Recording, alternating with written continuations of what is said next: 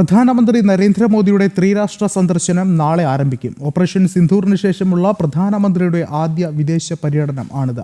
Cyprus, Canada, Croatia രാജ്യങ്ങളാണ് പ്രധാനമന്ത്രി സന്ദർശിക്കുക. സൈപ്രസിലേക്കാണ് പ്രധാനമന്ത്രി ആദ്യം എത്തുക.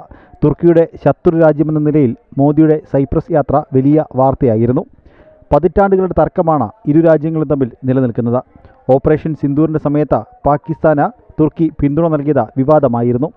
സൈപ്രസ് സന്ദർശിക്കുന്ന മൂന്നാമത്തെ ഇന്ത്യൻ പ്രധാനമന്ത്രിയാകും നരേന്ദ്രമോദി. ഇതിനു മുൻപ് അടൽ ബിഹാരി വാജ്പേയിയും ഇന്ദിരാഗാന്ധിയുമാണ് സൈപ്രസിൽ എത്തിയിരുന്നത്. G7 ഉച്ചകോടിയിൽ പങ്കെടുക്കാനാണ് പ്രധാനമന്ത്രി കാനഡയിൽ എത്തുക. കനഡിയൻ പ്രധാനമന്ത്രി മാർക്ക് കാർണിയുടെ ക്ഷണപ്രകാരമാണ് പ്രധാനമന്ത്രിയുടെ സന്ദർശനം. ജസ്റ്റിൻ ട്രൂഡോയുടെ കാലത്തെ നയതന്ത്ര വിള്ളൽ മോദിയുടെ സന്ദർശനത്തിലൂടെ പരിഹരിക്കും എന്നാണ് വിലയിരുത്തൽ. തിങ്കളാഴ്ച മോദി കാനഡയിലെത്തും. ഉച്ചകോടിക്കിടെ മാർക്ക് കാർണിയുമായി മോദി കൂടിക്കാഴ്ച നടത്തും. ഉഭയകക്ഷി ബന്ധം പുനഃസ്ഥാപിക്കുന്ന വേദിയാകും എന്ന് വിദേശകാര്യ മന്ത്രാലയം പ്രതികരിച്ചിരുന്നു. ട്രംപിൻ്റെ വ്യാപാര നയങ്ങളിൽ പെട്ടുലയുന്ന കാനഡയ്ക്ക് ഭാരതവുമായി സാമ്പത്തിക ബന്ധം ശക്തമാക്കേണ്ടത് അനിവാര്യമാണ്.